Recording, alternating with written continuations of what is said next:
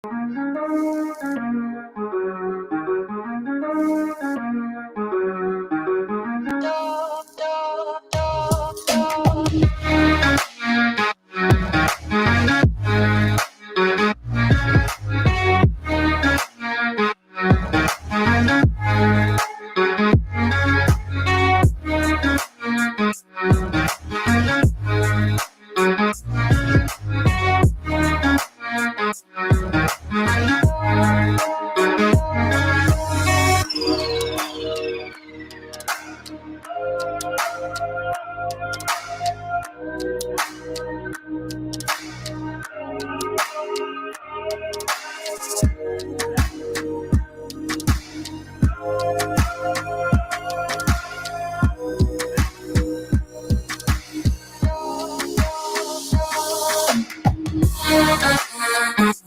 everybody, I'm Justin Bohn. I'm Mike Val. And this is the Bohn and Zano Zone, where we are always on the lanes, off the charts, and on the mic. Hello everybody, and welcome back to another episode of the Bohn and Zano Zone podcast presented by BuddiesProShop.com. Mike, welcome back. Hey man, dinner. It's been a week, but it's fun. But it's dinner time too. Yeah, it's 7 o'clock. Hopefully, if you're watching and you got your dinner in front of us, we appreciate it. You're chopping down on your dinner too over there. Hey, it's showtime, so I can't be doing that now. Absolutely.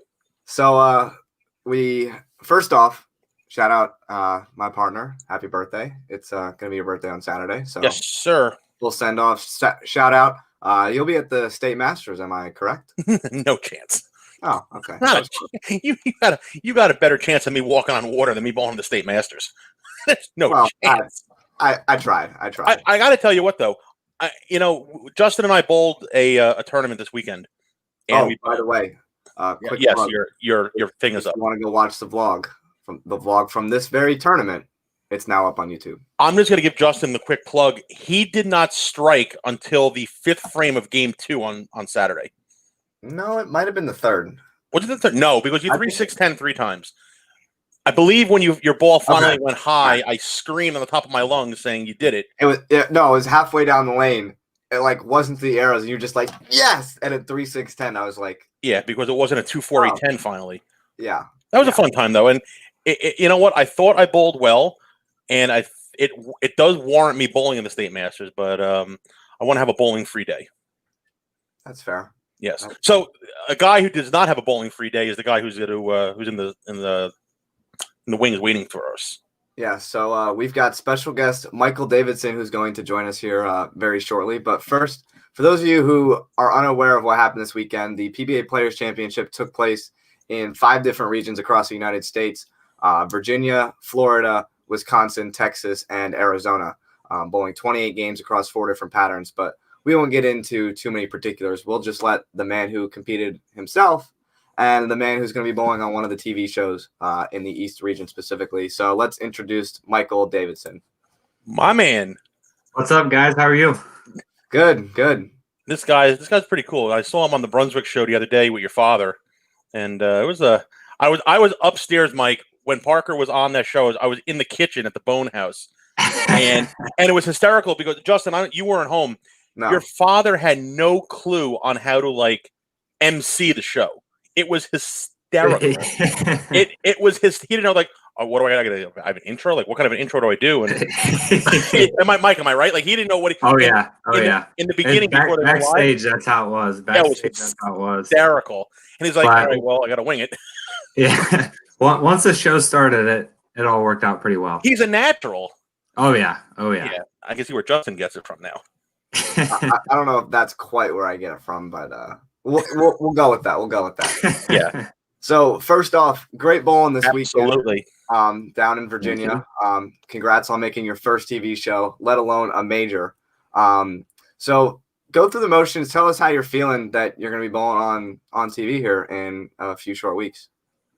Yeah, honestly, it's as a kid, you always dream of being able to compete on TV for the PBA, and now it's finally coming into reality. And I don't think it's fully sank in yet because I'm not there, I'm not on the set, I haven't practiced at that center yet, but it's definitely been a great feeling. And I mean, it's just cool seeing dreams coming into reality. Like that's honestly like the only way that I can describe it at this point in time without actually experiencing it yet. Okay.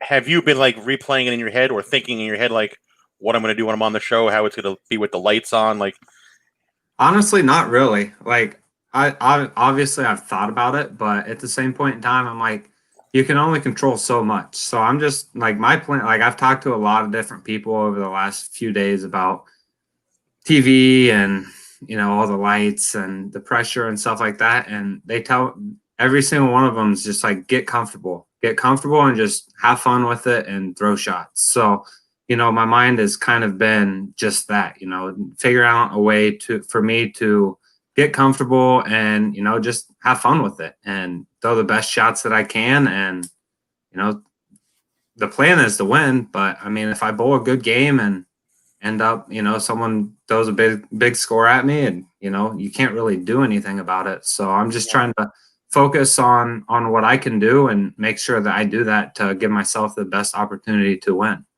that's good mentality. What pattern are you guys bowling on for the show? Is that decided yet or no? Yeah, it's Don Carter, 39 feet. 39, right? Yeah. You didn't bowl on that down in Virginia, right? No, we bowled on Chameleon, Bear, Viper, and Shark. So I heard from a little birdie that was there that the Shark was basically near impossible. Yeah, I thought so. Yeah, I went 70 over, and I basically just grinded the entire block. Like it was because I personally, for me, I never found good ball reaction, so my plan was just I built myself a big enough cushion that I would just get to the pocket and make spares, and that's pretty much what I did the last block because it hooked so early that the ball just lost energy by the time it hit the pins, and whenever it went through the pins, my ball didn't strike very much. So I've got someone in the chat who has actually made the show down in Florida. Ryan Simonelli's got a piece of advice. Enjoy the moment. It's special, and it happens very fast. So, Ryan, if you're still on, which I'm sure that you are, shoot me a message on Facebook if you want to come in and join this conversation. We're just talking bowling here. Yeah. So shoot me a message on Facebook, and I will shoot you over the link, and you can come on and join us. So, Mike, I've actually known you. Most people don't know this since you were probably in high school. Yeah. And from going back in the days when the PBA stop down in Coldwater was an actual regional before it became the national stop that it is now. So for the people that don't know your backstory, give us a little bit of a Michael Davidson trip down memory lane of how you got to where you are now bowling on TV. Yeah, so basically, wherever it started, my dad he was a PBA regional player, and he's always had a couple shops when I was growing up. So I've always been involved with the bowling world. It seemed like whenever I think I was like 3 whenever he got me my first ball. And so I started bowling. Honestly, I didn't really care for it whenever I just started doing it. I started bowling just because, my dad did it, and that's what I was always around. And then I got into 7th or 8th grade, and I started enjoying it more. I started to see a little bit more success. And so I put more work into it. And then, I bowled in high school and won a state championship. And then I went to college and bowled in college at Calumet College of St. Joseph and was 3-time All-American there. And then I went onto the PBA tour whenever I graduated. And, I have 3 regional titles, and now we're here. All right. So can't complain with that. So you've been bowling pretty much basically your whole life. It's in his DNA. Okay. Yeah, pretty much. And your parents are involved in bowling as well, right? Yep. My parents actually own bowlerstore.com, and whenever I'm not traveling, that's what I do as well. So we have a shop at Bowler Store. I do computer work, website work, and then I'm also in the shop as well. Okay. Jack of all trades, Justin. Yeah. He does it all. Is what it sounds like. It does. And my dad's actually been in the industry for 25 years, I believe. So, I mean, ever since I've been born, I was basically born into the bowling industry. It seems like. Aren't we all? Right. Right. So you're a Brunswick guy. What were you using this week? A lot of urethane. I know you use a lot of urethane on Saturday. What was the Sunday choices? Yeah, so on Saturday on Viper, I used the Purple Hammer for 67 out of 70 frames, and I went 290 over, and then Hang in there. yeah, and then on there Saturday night, I threw the Purple Hammer for like the first 6 frames of the first game, and I just got a lot of 9. I didn't really like the way that the ball was going through the pins, so I actually ball changed and went to reactive, and I threw the Strata for like a game, and then I went to the Hero Solid, and I threw the Hero Solid the rest of the day, and I threw the Hero Solid pretty much the entire day on Chameleon, and then on Shark on Sunday night, I threw Black Widow and Hero Solid. So Hero Solid got to see most of the play all weekend. Pretty good benchmark ball there, right? Pretty good benchmark ball too, right? Yeah, that's exactly what that ball is. I mean, the best thing about it is I always knew what that ball was going to do. And like even on the fill shots, like I was telling some people earlier this week, I was like, I didn't even look for a different ball. I didn't even throw a different ball on the fill shots because I wasn't going to get anything better than what the Hero Solid was giving me. So I just every single frame it seemed like I was throwing the Hero Solid. All right. So this is your first national PBA event since this world's in a global pandemic. What were your thoughts on how the PBA ran it, how it was ran, the format? Are you a fan of this, and do you want to see this again? Honestly, like whenever the schedule first came out, I was kind of questionable about it because, it's different. It's changed. Like the last 2 years, we've had an entire tour and, that's kind of what we were used to. But with this format, like I can't be mad. I made my first TV show. So, right. But it's definitely cool to see, all the different regions and see a lot of different faces on TV. So I do think that the PBA should do this more. I don't know if it should happen every week or every major, but it could definitely be incorporated into it. And Justin gave us a little tidbit of information that I don't think many people realize in this. Every region will have a first-time bowl. Justin, I'm drawing a blank. I can't think what I'm going to say here. You know what I'm saying? In every region, someone made their first TV show. Yes. So, like, it was your first show in the East. Wesley Lowe out West. Yep. Just two, for example. I mean, like that. I think that's what's super cool to see is like you've got faces like Anthony Simonson making the show, Wes Malott, Kyle Troop, all familiar faces. Right. But then you got some new guys that have never bowled on TV before and have an opportunity to bowl on TV for a major. Yeah. You don't have the household names, Right. Yeah. I think I definitely think it's it's a unique format, but I think it's for the best, honestly. So especially with how this world is right now, we're in the pandemic and who knows whenever this is gonna get back to normal per se.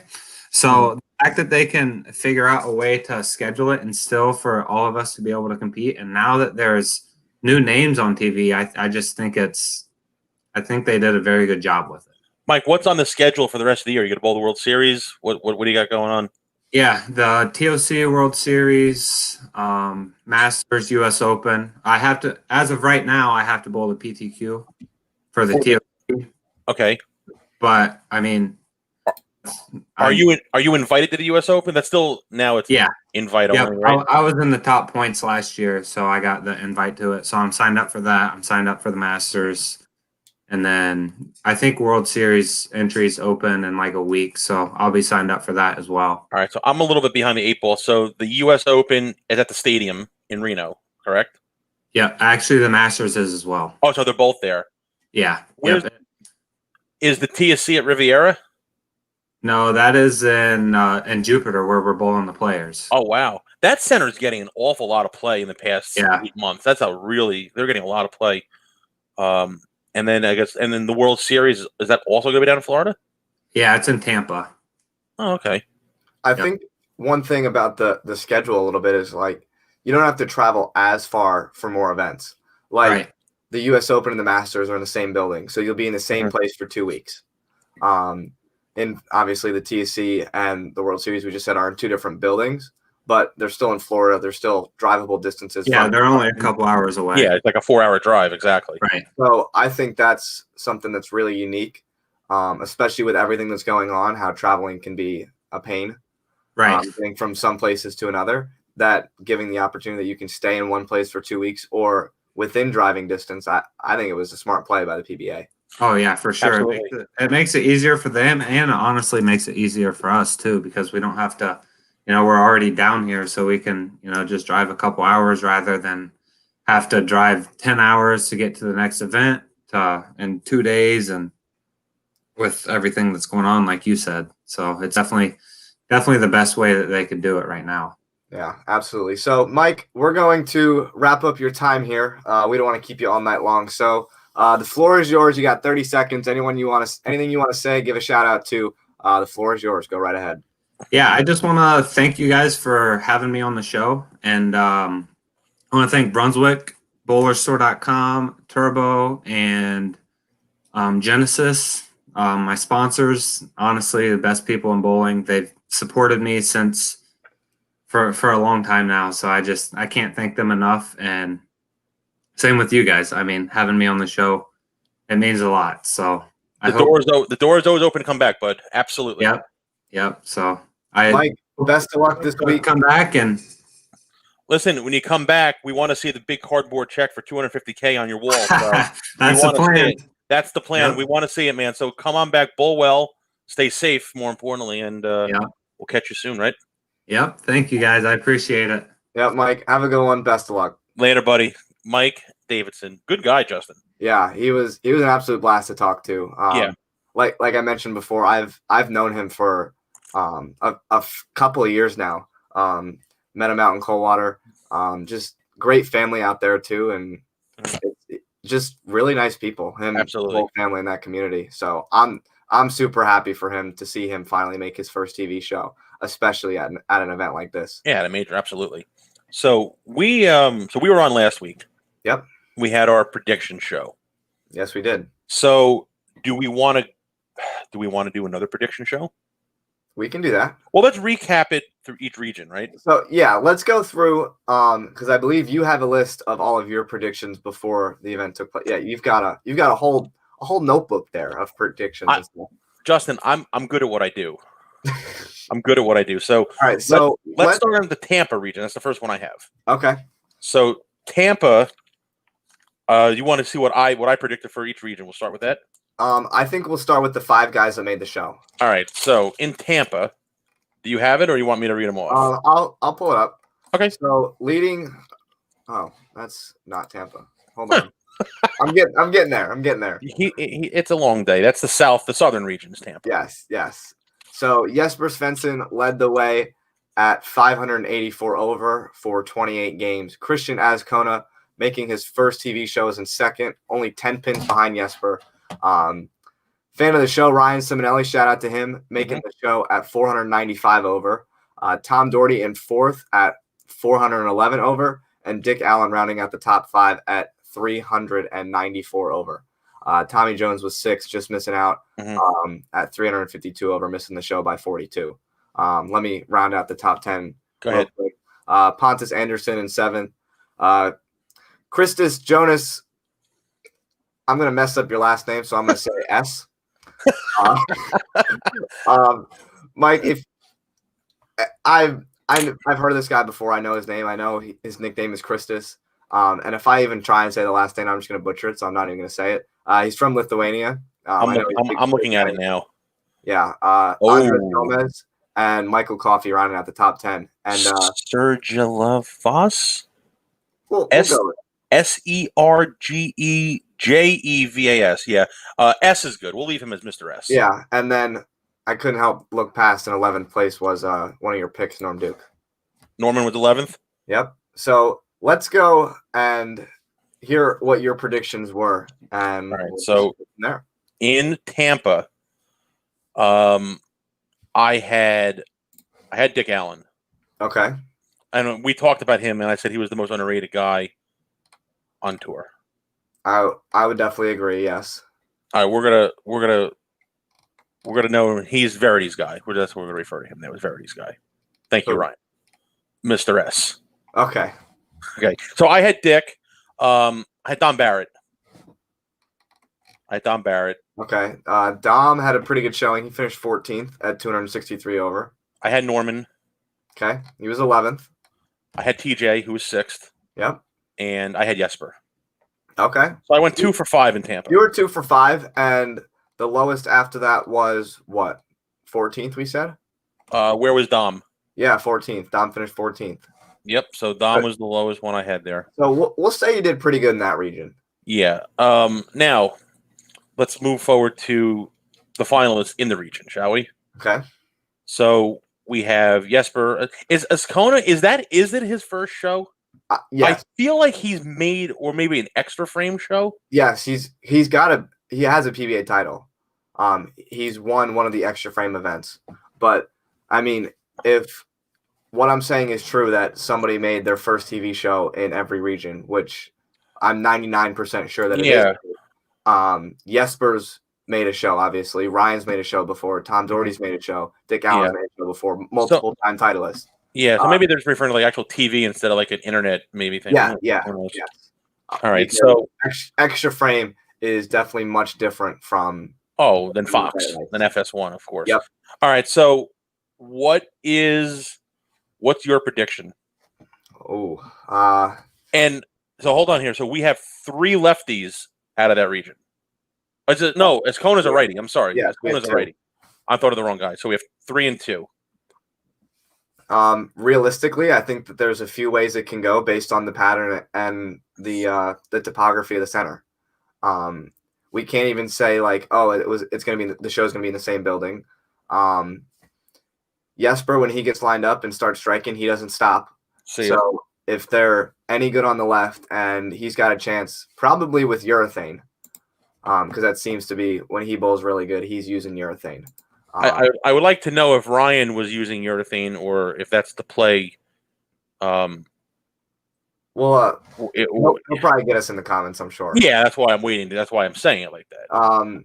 Christian, I think it's just a matter of if he gets comfortable. Obviously, it being his first TV show, I think that makes a big difference. It being your first TV show, and then also it being a major.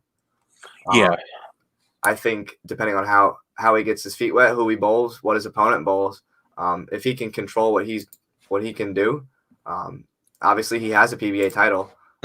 Ryan said he's won an extra frame event in Wilmington. So he's got some experience under his belt, just not under the bright lights.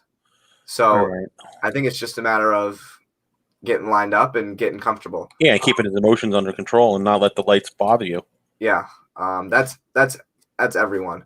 So Ryan just said, in our region, urethane was huge. I threw it for 3 blocks, as Kona all 4, Jesper for the first 3.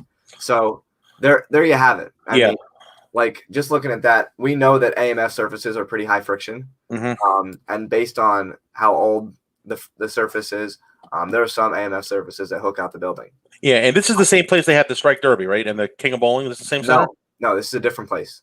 Okay, well, I remember what Prather told us about how that building played totally different pair to pair. I thought that was the same place they were bowling this. Yeah, so I saw pictures of it, and it seemed to be a little bit of an older AMF surface, a little bit more beat up. Okay. That would totally make sense why urethane was big for, especially on the right, throwing it on all 4 patterns, because we heard the shark was pretty hard. Yeah. So I think it's a matter of just what the surface is telling you, what the pattern is. I do like that the same 5 guys that make it out of the region are going to be bowling on the same thing. Yeah. Like it's the same show. Like they don't mix it up or anything, or like have a 25 guy man sprint. Yeah, they're doing it the right way. Yeah.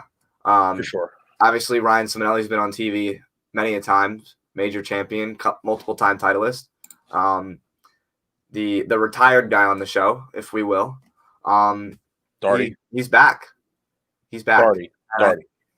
What? You're talking about Doherty? No, Simonelli. Oh, Simonelli. I'm sorry. Um, I don't consider him retired. I know he announced it, but I don't consider him as retired. You know, he's not. He's retired from full time. Yeah, he's pulled back. Yeah, but he's picking and choosing the events that he's bowling, and that just might make him a little bit more hungry. Exactly.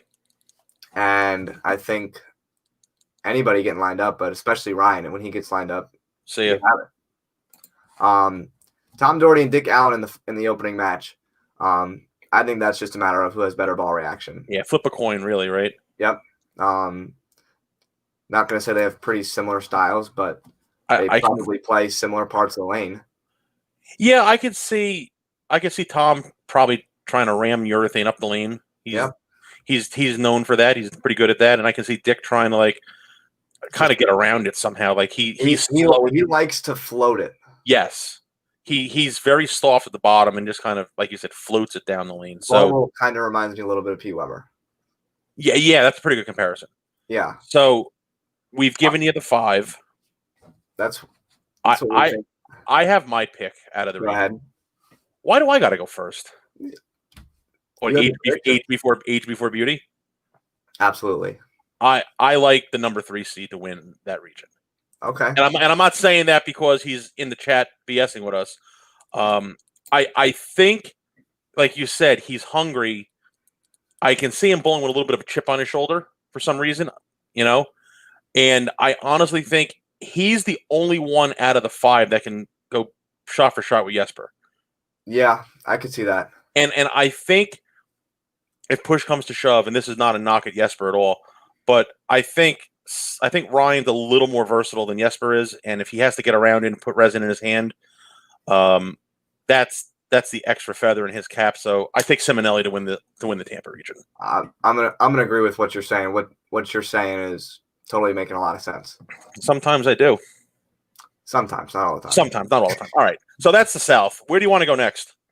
Let's go up to the East. Oh.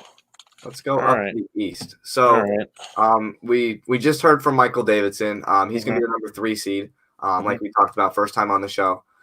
So going through the standings, Kyle Troop was a tournament leader at 747 over for 28 games. That's a ton. That's a lot. That was 200 more than Jesper, I think, right? Yeah. Yeah. Brandon Novak was second at 681. Also a guy that hasn't made a lot of TV shows. I think he's made 1 or 2 at the World Series on one of the patterns. Michael Davidson, third at 668. Chris Vi in 4th at 570. Bill O'Neill in 5th at 567. So only 3 pins between 4th and 5th. Yep. Tim Foy Jr. That's what I was just going to say. Not a lot of people know how Bill made the show. Yeah. So hold on. Let's look at this score. So 4th was at 470. Bill O'Neill was 567. Tim Foy, 556, so 11 off the show. BJ Moore, 555, so 12 off the show. And Matt Ogle at 550 was 17 off the show. So 20 pins separates 2 spots on the show and the first 3 off.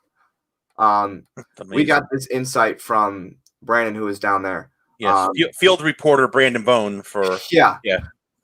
Tim Foy was in the show, I think, from the 2nd game of the tournament. Yeah. And did not fall out of the TV show until the 10th frame was over. Yeah. He needed a mark in the 10th. He was on a double to make the show, and he big forward right through the middle and ended up missing his first TV show by 11 pins. And Bill backdoored the show. Yeah. I mean, when you hear that, I mean, heart breaks. Oh yeah. For your first TV show. Yes. I mean, especially bowling that good for that long. Like we said, he was in the show for 25, 26 games. He shot 300 with game 2 of the tournament on Saturday. Yeah. He was absolutely Rambo in the field on Saturday and Sunday all day. You got to give shout out to 2 Buddies Pro Shop guys. Brandon Roberts. Yeah. Pepe finished in 11th and 12th. Robertson shot 300 as well this week. Yeah. Brandon Robertson, ball driller at Buddies Pro Shop. He was in the show for a little bit. Got to give big props to him. He was 11th at 469, just FYI. And then 9th and 10th, Mitch Beasley was 9th. And then Ryan Liederbach was 10th at 482. Yeah.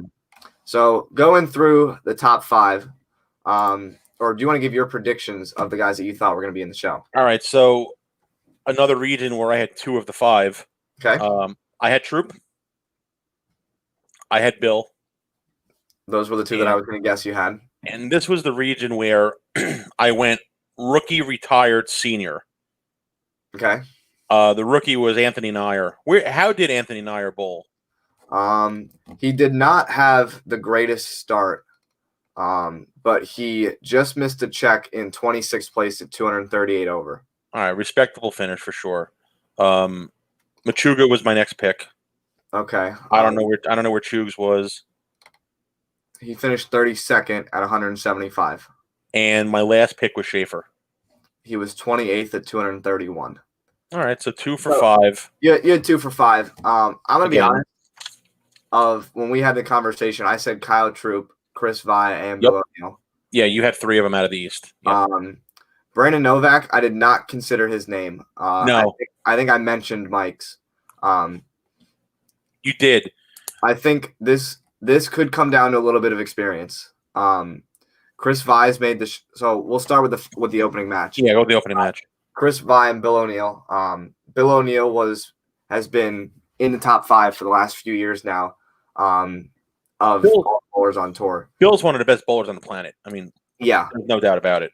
Especially when it comes to keeping his angles in front of him. He's a shot maker. He's an absolute shot maker. Yeah, and he's good at it too. Very good. Yeah.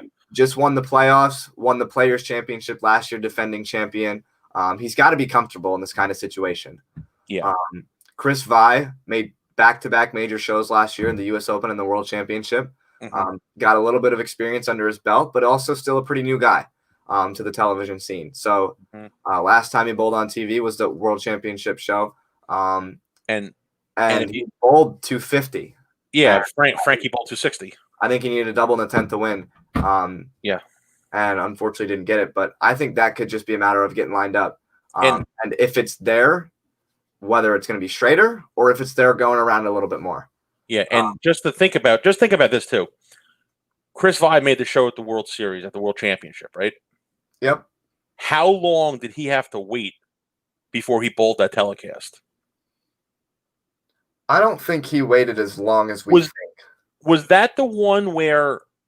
No, I'm sorry. I'm talking about the animal. The animal shows are the ones that they delayed for months at a time. The World Series, the World Championship was the first show, like right in the beginning of the pandemic, and that was the first show where they had nobody in the stands, right? Yes, because everything got shut down like Friday, Saturday, and that show was Sunday. I'm mistaken. I'm sorry. So yeah. Michael Davidson is the number 3 seed. I think it's just a matter of him getting comfortable on TV. If he gets comfortable on TV, I think he's got a fighting chance for sure. I've never seen him throw a ball before. I know he's a one-hander. Does he get on it? Is he like a stroker, like a tweener? Who would you compare him to? I've never seen him throw a ball before, so I don't know his game. That's what reminds me a little bit of Andrew Anderson is the guy that comes to mind. Okay, and we're going to be talking about him in a couple minutes too. Yes. Like I said, I think it's just a matter of if he gets comfortable on TV. Brandon Novak in second. Not a name that a lot of guys know, but he is pretty big on the amateur scene, and his ball strikes a lot. He has a special place in my heart, and you want to know why? Go ahead. No, I'm being serious here, right? Go ahead. And this is the perfect example of why this game is so good. If anybody's ever seen Brandon Novak throw a bowling ball, his arm swing is absolutely horrendous. Am I right? Safe to say, yeah. My arm swing is absolutely horrendous, but I've had a bad shoulder and it's been redone 3 times. I can't control it. I somehow get the job done. Novak gets the job done. It doesn't matter what you look like getting at the foul line. This guy his swing is awful. It's behind him. It's bent. This guy can bowl. And he knows how to bowl. And when he gets on, his ball strikes a ton when he is lined in. Yeah, it does. And I remember he made the show Cheetah at the World Series a couple years ago on that. I think he made the Scorpion show back-to-back years. Yeah, it was that, but I know he made a show on the short And my God, does his ball strike a ton? But he looks I, awful going the line, but it doesn't matter what you do. You get the job done. yeah, I think he's got he gets in such a unique position, and that's what allows his ball to strike as much as it does. Exactly. Another guy that hasn't been on TV very much, I think it's just a matter of him getting lined up, and I think he could strike. Yeah, if he feels comfortable and the motions don't take over, he can make a run for it. He's good going up the lane, but he can also step in and circle it. So yeah, and then the tournament leader Kyle Troop. What do you got to say about Troop? I mean, what do you say about him? He was 800 over. I mean, what are you going to say? Energetic personality on the PBA tour. Yeah. One of the most exciting bowlers to watch on tour. He can go around it. He can throw it hard and straight. He's good at a lot of things. He is. I feel like this is a common occurrence because we just went over this with the South. But I think any of these guys got a chance. It's just certain scenarios. I think these guys got here for a reason. Yeah, and they can compete. All right, so I'm going to give you my prediction. Go ahead. I think if Bill gets out of the first match, he will be a very hard out up the ladder. I would agree with that. If Bill gets out of the first match, he's going to be hard to beat. You know what? I like the long shots. I do. And I'm going to take Novak. Okay. Out of the East. And like I said, me and Novak, we share bad swings. That is very true. He strikes. I strike when I have to. You can attest to that. Yep. But I like Novak. He's a good guy. I'm going to take Novak to win the East. Okay. I think if Bill O'Neill gets out of that first match, like we said, it's going to be a very tough out. But if he doesn't, and Chris Vi gets out of that first match, I think it's the dinner bell's ringing. Whoever takes it, come get it. Yeah, and you know what? He's made 2 shows, correct? Yeah. Well, major. 2 major. Third show, major. This kid steps it up in the major. So that's a little bit of a statement piece right there. So that's like Belmonte numbers right there. Show in the major, show in the major, show in the major. Yeah. All right. So is Vi going to be your pick? Or are you going to take the Fro? I kind of like Kyle. He struck a lot. He's got to have confidence. He's got to have confidence in Florida. Won the PBA Tour Finals there. Mm-hmm. I think it's in the same building. Okay. I would make note of that. I think that's got to play a little bit of a factor. And on top of it, he's the number 1 seed. So he's got to win 1 match on TV. 1 match to win the title. That's my pick. If I have to pick one, that's my pick. So you are taking the Fro. Yep. I'm marking these down so we can recap these next week or when the shows happen. All right. Where do you want to go next? Let's go to Wisconsin. That's the central region, right? Yes. Dude, this was the toughest region to pick. Oh, absolutely. And I mean, and no disrespect to any other player or any other region, but this region was absolutely loaded. Yeah. I mean, loaded. Yeah. So, looking at the top 5. So, go for it. I'll go ahead and read off some scores. So, Tom Smallwood was the tournament leader at 476 over. By the way, 1 pin behind Kyle Troop. 400? Or not 700. 746, excuse me. Yeah. 746 over. Andrew Anderson was in second at 678. Ronnie Russell was third at 617. Keep in mind, 617. Wes Malott was fourth at 610. Zach Weidman was fifth, making his first TV show at 607. Okay? So 10 pins between third and fifth. EJ Tackett just missed the show in sixth, missed the show by 17 at 590. Nick Pate was in seventh at 568, so missed the show by, 39? Yep, just about. Chris Prather was in eighth, missing the show by 40. Ryan Zagar was in ninth at 551. AJ Johnson rounds out the top 10 at 521. And got to give a shout out to hometown favorite Matt Russo. finished 11th. He bowled really good all weekend. Yeah. Unfortunately, the shark pattern killed him. Shark got him. Yeah, and then we're going to talk about Prather's, the pattern. Yeah, so, I mean, you look at that. I mean, realistically, the way the scores were, it could have been anybody. Like, Ronnie Russell was in third. He very well could have been in Chris Prather's shoes in 8th place. Yeah. I mean, you're talking, 60 pins between, or 50. Yeah. 50 pins between 3rd and 8th. And in 27 games for it to come down to that close going in the last game, it was definitely anybody's game. And that just showed you how hard this region was. Yeah. So go ahead and read off your picks. All right. So, again, I went 2 for 5 in Wisconsin. Okay. I had EJ. Okay. I had Rash. Okay. EJ was 6th. Rash was 14th at 465. I have Prather. He was in the top 10. Okay. Right? Prather's in the top 10. Yep. He was 8th. And I had Wes. Okay. And I had Smallwood. All right. And I said it to you, Smallwood, I'll tell you what, man, when the money's on the line, Smallwood strikes a lot. Yeah. He does. He strikes a lot. Keep in mind, the last time that there was a tournament, $1 million prize fund, which was the 2011 Tournament of Champions, Tom Smallwood was the tournament leader. Smallwood was on that show. Doherty was on that show. Tom Smallwood led the tournament last time. It was for $250,000 for first place. Yep. Yeah. Think about that. Yeah. So how many was that? We had so Doherty was on that was the show Doherty bought 100 on. Yep. So Doherty was on the show. He's bowling for 250 right now. Yep. Smallwood was on that show. He's bowling for 250. Andres Gomez and Mika were the other two. So yep. All right. So let's talk about the finalists. Obviously Tom Smallwood's in it for the money. He's there. Yep. Made the show at the playoffs. I think he's rolling on a little bit of confidence, especially being the tournament leader. Mm-hmm. Andrew Anderson is a pretty young guy.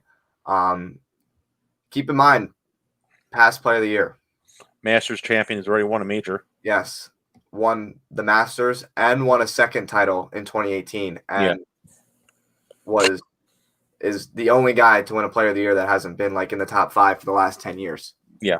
Looking at Sean Rash in like 2012 or 2013 and then Belmo basically from there on out. EJ Tackett was one of them. But Andrew Anderson was the other guy. So I would make mention of his name. Ronnie Russell. Welcome back, Ronnie Russell. Yeah, welcome back to TV. I don't know that he's made a show. I want to say it's been a long time. Won a show at the World Series. When? I think it was 2014 World Series. When has it been 7 years? I don't. It can't he made the show at the Players because he finished second to Dad in 2015 at the Players.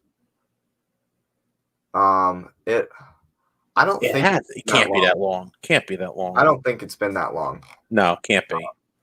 4th, Wes Malott. Welcome back to TV. He's been pretty dominant in the PBA League format. He's been dominant in general for the past 15 years out there. Yeah. Don't count him out. And Zach, never heard of the guy. Never heard of him. Just being honest, but he's in the top 5 for a reason. He knows how to bowl, obviously. I mean, he's in the top 5 in that region. Oh my God! And especially when you're bowling 1-game matches, we all know anything can happen. But if I get to pick one guy, I think I'm going to put my money on Andrew Anderson. Oh, okay. I'm gonna go a little bit of a different one. I think I'm going to go with Andrew Anderson. That's who I want to see win. That's a radical pick there, Justin. See what I just did there? Yeah. See what I just did there? I did. Hey, all right. So, I think in the first match, I'm sorry, but Bohn West is intimidating. It's your first show. You got Bohn for $250K, and you got that across from you. Just think of it. Just think of it. It's not like you're bowling Norm, who's 5'5". You're bowling West, who's 6'4". West is a big man, and he is intimidating. And his ball strikes like a guy who's 6'4". I like West coming out of the first match. I like Ronnie Russell as a whole, but for the money, And I used to see it at the Varapapa tournament, which is in Garden City, Long Island. They don't have it anymore. And this is when I was like 18, 19 years old in the early 2000s. Smallwood used to come out here from Michigan and bowl this thing on Memorial Day weekend every year at Garden City. And they were just stupid hard and just ridiculously hard. It was like 15 grand for first every year. Smallwood came out 1 to 3 years in a row. Nobody never knew who Tom Smallwood was. We're like, who's this guy who throws a full roller, but he's curving the whole lane? Now let's fast forward almost a decade and a half. He's a household name. I like Smallwood when the money on the line, so I want Smallwood. I want the tournament leader in that region. Okay. Pick your next location. Let's go to Texas. And by the way, Ronnie Russell won a title in 2016, and that was his last title, which was the PBA Team Challenge in Las Vegas. That was not televised. On PBA.com, it says he's got 2 championship round appearances in 2019, or 1 championship round appearance in 2019, and 2 PBA titles, which I don't think is right because he's only got 4 titles, and his 4 titles were 2013, 2014, 15, and 16. So they're saying he made a show in 19? They're saying he made a show in 19 and he's won 2 titles, which we can answer this right now. Derek, figure the answer out for us. Yeah. I don't remember him. I remember Ronnie in Oklahoma in the arena. Yes, that was when he won. He won Badger. Yes, and they were impossible on that show. Yes. Yeah, even Ryan agrees with us. That's fake news. PBA.com has some fake news up there, Justin. Yeah. All right, we'll get to the bottom of this. So it was at least 2016 for sure. Yeah, that's 5 years. Oh my. Oh boy. So we're talking about high scores, right? Yeah. So where are we? We're in the Southwest now. We're in the Southwest. Let me pop this one open here. Francois Lavoie was the tournament leader. All right, so hold on here. Let me get. Oh my. Yeah. Holy Christ. Francois Lavoie. You'll say oh my when you hear this number too. The old plus 1,000. Plus a G right there. He was 1,000 over for 28 games. Hold on. I'm getting the calculator out for this one too. Yeah, me too. So what? It's 28 games. Yep. 28. 235.7 on 4 different patterns. Okay, hang in there, Frankie. That's a lot. Oh, and by the way, this guy named Patrick Hanrahan. Yo, Packy. Beat the 2 tournament leaders that we've discussed, Kyle and Tom Smallwood, by 150 at 896. And he was 104 short of leading the field. Yeah. That's sick. Yeah. Kevin Williams in 3rd at 719. Benjamin Martinez, new guy. Do you know him? He graduate from SCAD. I believe he graduated last year. Okay. Making the show at 691 over. So one of Verity's guys making the show there. Yep. AJ Chapman in 5th at 680. Rounding out the top 10, Kyle Sherman 617. Trey Ford the 3rd. By the way, if you don't know this kid, he's not more than 20 years old. He's the I don't want to say minor, but he's the kid, right? He is. He's the kid. Is he the one that holds the record for the youngest to win a regional? Is that the kid that was like 14 when he won a regional? I don't think so. Because I think that record was just broken not that long ago. Eric Jones holds that title. Okay, I thought it was him. With Weber, Pete had it for a long time. Yeah, I think Wesley Lowe broke that record at some point. But I know Eric Jones just broke the record. Okay. Not that long ago. All right. So Brad Miller was in 8th at 570. Dimitri Cruz was in 9th at 555, and Arturo Quintero rounds out the top 10 at 533. So that show was definitely, I would say that's the most spread out that we've seen.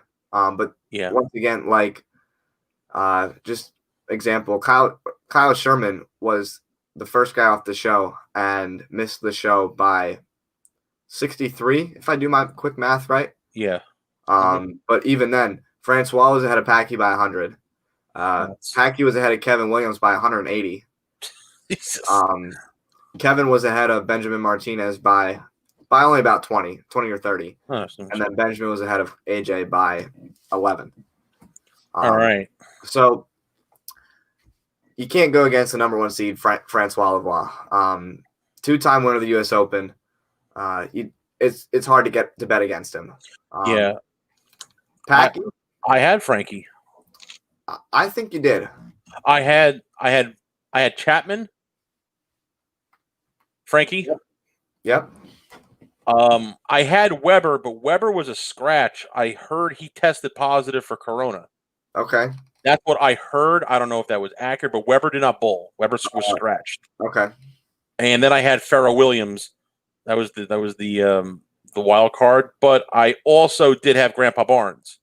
Yes. Where did Grandpa Barnes finish? I saw his name. I'm trying to finish looking for Pharoah Williams. I got him. Well, I got Barnes. Barnes was 21st, 297 over. Okay. How about in 19th place? Senior Mark Williams. That's impressive. Yeah, that is impressive. John Burkett, 28th. Hold on. Talking about seniors, right? Yeah. 13th place was Chris Warren. Yeah. That's pretty impressive as well. Yeah. This region was a lot of good bowlers in this region as well. Yeah. So what do you like here, bud? I like Francois. Oh, I see Steel Smith on there. You had Steel Smith. You like Steel Smith. I think I had him making a run for it. Yeah. Yeah. You like? I can't. It's hard to bet against Frankie leading the tournament by that much.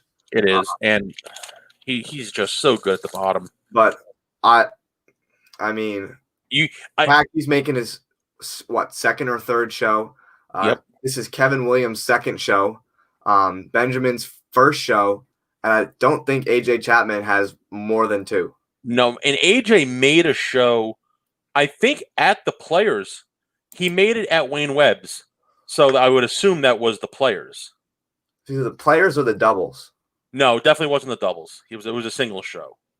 Okay. So I can actually check PBA.com. And all right, so here's a question for you. Kevin Williams is in the music, too. Is he's like a DJ or something? Yeah, he's in music. Yeah. All right. So I'm partial to Packy. I love Packy. My heart says Packy, but my brain says you got to take Frankie. Yeah, absolutely. Honestly, I'm rooting for Packy. We all are, of course. But it's definitely hard to bet against Francois striking that much. And Packy was only 100 behind him. So I personally think it's going to come down to those two, and it's just a matter of who has the better ball reaction. Yep. So we're going to circle that one, and we're good there. And I believe we have one left. Yep, we got the West. Go to the West. Which was a little bit surprising. Very much so surprising here. Let's pop the West. We talked about there being a few guys that had a chance to make it, and it was definitely going to be a new guy show. And not one guy, but 2 guys making their first show. Yes. Simonson leading the tournament at 685 over. There's a surprise. Wesley Jr., shout out to you, my buddy. Mm-hmm. 582 over, making his first TV show. Mr. 900 right there, Wesley Lowe. Yep. Jacob Butters in third at 573. Shocking. Darren Tang, another guy I had on my list. You had him? Yep. 541. Chris Coltzo, that's what I'm going to go with. Coltslow, yeah, that's about right. At 497, rounds out the top 5. PJ Haggerty was in 6th. Like PJ, Bowling College or PJ, good guy, good dude. Really good guy. Just missed the show by 11. Sam Cooley. Sam Cooley missed the show by 17. Andrew Kane, left-hander. Yep. Past president of the USBC, missed the show by 39. Also the team manager of the LAX league team. Yep. Jake Peters was 9th, missing the show by 50. And Noah Galagos in 10th at 4. I think the biggest surprise here, Justin, was 19th place.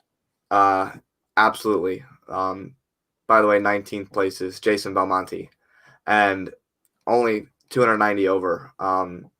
That's just unheard of.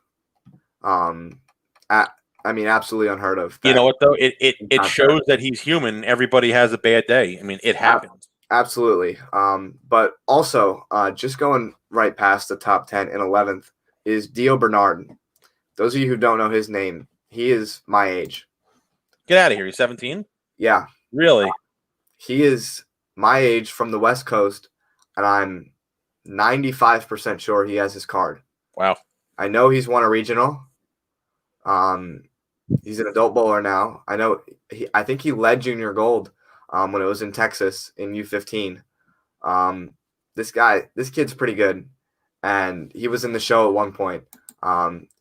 Remember that name, Dio Bernard. All right. He's going to be back, and he's already starting to bowl on tour. 200 left-hander from the West Coast. Speaking of left-handers, Justin. In the chat, Ryan Spinelli, big factor. How do the lefties break them down in these regions? These young lefties don't exactly understand what needs to be done to make them better and not ugly. I would definitely say that's a factor. Yeah. Not only obviously in his region, two left-handers made the show, Jesper and Ryan, but we're just talking about two guys.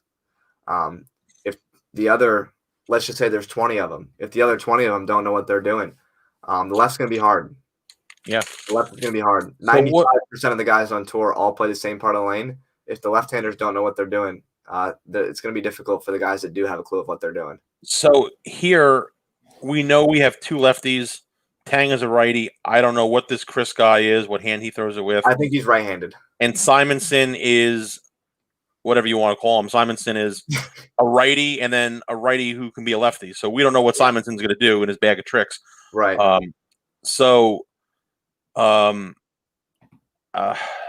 Again.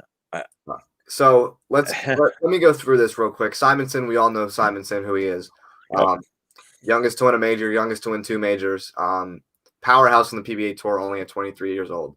Mm-hmm. Wesley Lowe making his first TV show. Primetime bowler at Wichita State. Just shot 900. Junior gold. Team USA gold medals across the world. He definitely has that youth experience, and I think it's just a matter of getting comfortable under the bright lights. I think this kid's got capability. Absolutely. Two-handed lefty. Jacob Buttriff on TV, we've all seen it, and we've heard it before. It's a matter of he could bowl 180, miss a couple spares, or 280. He opens in the first and bowls 279. Yeah. We've seen it happen multiple times. Darren Tang, he made two shows at the World Series. Mm-hmm. Keep this name in the back of your head. He definitely has opportunity, especially if he gets lined up. This kid can strike. And he's pretty good with throwing urethane too. And if he gets out of that first match, he's going to have the whole right side of the lane to himself until the title match. Yeah. Back-to-back left-handers. I would keep that in mind. And then Chris, first time making TV. Also just a matter of getting your feet wet. I've never seen this guy bowl. It's truly a matter of what he does and how he sets himself up. If he gets comfortable on TV soon enough. So, what's your pick? I like stories. I do. Okay. I like it when a bowler, or not even a bowler, but I like when an athlete has a purpose. Like he's competing for something, right? Right. And in this region, you know where I'm going. You can read my mind. You know me all too well. Unfortunately, Butters lost his mom towards the end of last year, and if that's not a factor for this guy to just figure out a way how to get to the winner's circle and do it for mom, that's the heartfelt story of the tournament right there. So I got my money on Butters in this region. I think I got to agree with you on that one. We all know Simonson's capabilities, but the story in this region is definitely Jacob Buttriff. And look at Troop. I mean, if you remember when Troop lost his mom as well, was it last year in the? It was in February. It was at the doubles when he bowled with Jesper. So he won. I don't think doubles. His mom had passed away yet. I think his mom passed away in March. It was right around that time. She was sick in the time frame from he won 3 titles. Yes, you're right. You're right. She was sick when he won the first one. Yes. She was sick when he won the second one, and his dad was there when he won the doubles with Jesper. Guppy was in the stand, yeah. And the third one when he won the tour finals, she had unfortunately passed away. Yeah, I think you're right. Yeah. And that's what it was. He won the second one with Jesper, and they did like the shout out to his mom afterwards. So I love stories like that. I love those feel good stories when the guys are competing for something that means more to them than what they're doing. Yep. I got to take Butters. And, Butters is active on social media a lot. And this whole week, he's been posting stuff about mom and she's first tournament she's watching from upstairs and whatnot. I mean, this kid's going to do it. And no disrespect to Wesley, Darren, Chris, or Simonson, but I love Butters here. I do, and he's bowling with an angel on his shoulder, so I got Butters to win the region. I'm going to have to agree with you on that one. You can't not tear up thinking about that story. Exactly, and that's, like I said, no disrespect to anybody else, but if that's not enough motivation for this guy to go out and figure a way to bowl 240 every game, what is? Absolutely. So now what happens now with each region winner will then bowl. Right? Is that how it is? Obviously, it's a step ladder, top 5, bowl a step ladder. In each region, yep. Each region. At the end of it, wherever the Tournament of Champions is, because the Tournament of Champions is directly following the final 5 show. So they will the 5 guys that win will bowl some sort of roll-off for the seeding. I don't know what kind. I don't know how many games. I don't know the format. I know they will bowl some kind of roll-off for the seeding. And I think the T is season. I want to say, why is Wisconsin sticking out in my head for this? It's in Florida. Isn't it for what's in Wisconsin that I'm thinking of? Why is Wisconsin sticking out in my head for some reason? I'm probably way off, but you're just losing it, Mike. I am. It's getting old, man. I'm getting old. Hey, it happens. So this will follow the TFC. This will be before the TSC. Before the TSC. So the final show will be the 21st, and the TSC will be the 28th. Will be that show of February. Yes. So, the TSC I know is in Florida. Okay. Okay. In Florida. Now that's open again to any PBA champion, correct? Yes, I believe so. Okay. So, yeah, that wraps up our recap, Mike. So what do we got going on? So we are going to see, I knew I wasn't going nuts, Justin. Yeah, that's right. Yeah. I knew Wisconsin. Thank you, Jeff. I knew Wisconsin stuck out of my head for some reason. Yep, that's what it was. So what do we got going on? So next week we'll be back. Yep, we will be. So from now until the Players is over, we will be recapping each show. Obviously, our shows will be a little bit shorter, but we'll be recapping each show, going over what we thought, and then just keeping you guys in the loop of how the shows go. Yep. I think it could be an exciting month for the sport of bowling, something to follow, and I think it's just going to be a super fun time. Let me look and see when this show is. Yep, and just a little bit. Yeah, you look on that and a little bit more as well. We will also be doing prediction shows with the rest of the majors coming up with the TFC, with the Masters and the Open down the road in the spring. So we're going to preview the tour. We'll also be doing some recap of the ladies tour, who they're kicking off bowling it down in Arlington right now as we speak. Yeah, let me check on that. Get some live results. I know Ashley Galante led after qualifying yesterday. I know she struggled a little bit this morning, but Ashley was leading after a round. They had, I think, 36 women bowled. Stop. Yes, 36. Yeah, it was like 36 women bowled. They are 5 games through match play round 2. Okay. Are they televising the women's tour this year, or is it all going to be on the Bowl TV? I'm not 100% sure. So they've got 1 game left of the whole event before they make the cut to the step ladder. Okay, what do we got? Danielle McEwen is the tournament leader. Danielle loves me, by the way. Me and her besties.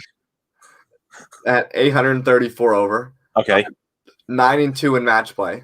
Hang in there. Aaron McCarthy is second at 700 over.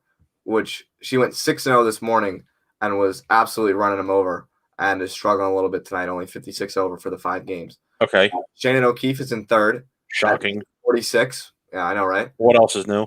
Valerie Bercier is in fourth. That's your girl. That's the DV8 girl, right? Yes. Yeah. At 536. Missy Parkin is in fifth, 72 out of the show. Lindsay Boomershine is sixth, 111 out of the show. No. But they're taking 4 of the show? Yep. Okay. Andy Ramirez, Ashley Galante, Maria Jose, Jillian Martin in 10th. Oh, wow. That's an awesome story, by the way. By the way, she's 16. 16. Yeah. 16. By the way, never has bowled a sanctioned 300 game. And I believe she shot 299 in match play. Was it a match? It was a match play, right? Yeah. Imagine bowling your first sanctioned 300 at the highest level possible. Exactly. Yeah, that would have been cool. That's a phenomenal story. So that will be on tonight at 9:00 on Bowl TV. Okay. So we will start recapping the women as well. Yep, we'll be sure to throw it in, but our headlines will definitely be show recaps of the PBA Players Championship as they go on. Yep. We're all about keeping you guys in the loop. And we have some other stuff we're working on too. We're not going to release that stuff just yet. Yeah. Shh. Yep. Absolutely. So we're going to wrap this one up. Guys, thank you so much. Thank you so much. Yep, that's the word. Thank you so much for tuning in to this episode of the Bohn and Zano Zone podcast. Thank you to Michael Davison for tuning in. Shout out to buddiesproshop.com. Be sure to use coupon code ZONE5 off to save 5% off of your next order. Some restrictions may apply. Be sure and go check out my YouTube channel for all the bowling vlogs. We just did a new ball review this week of the Radical Results Plus. And on top of that, there was a new vlog, and there will be another one this week. I actually made the vlog. You did? And I did. You had some Mike, you got to go watch it if you haven't already. I watched it. It was pretty damn funny. All right, good. So, guys, we will see you next week at some point. And I can tell you which region we're going to be recapping. We'll be recapping the West Region Finals. So that's the Butters region. We'll find out in a week or less than a week if that feel-good story is going to continue. So as for now, this is the Bohn and Zano Zone. I'm Justin Bohn, my partner Mike Val, and where we are always on the lanes, off the charts, and on the mic. We'll see you next time. Stay safe.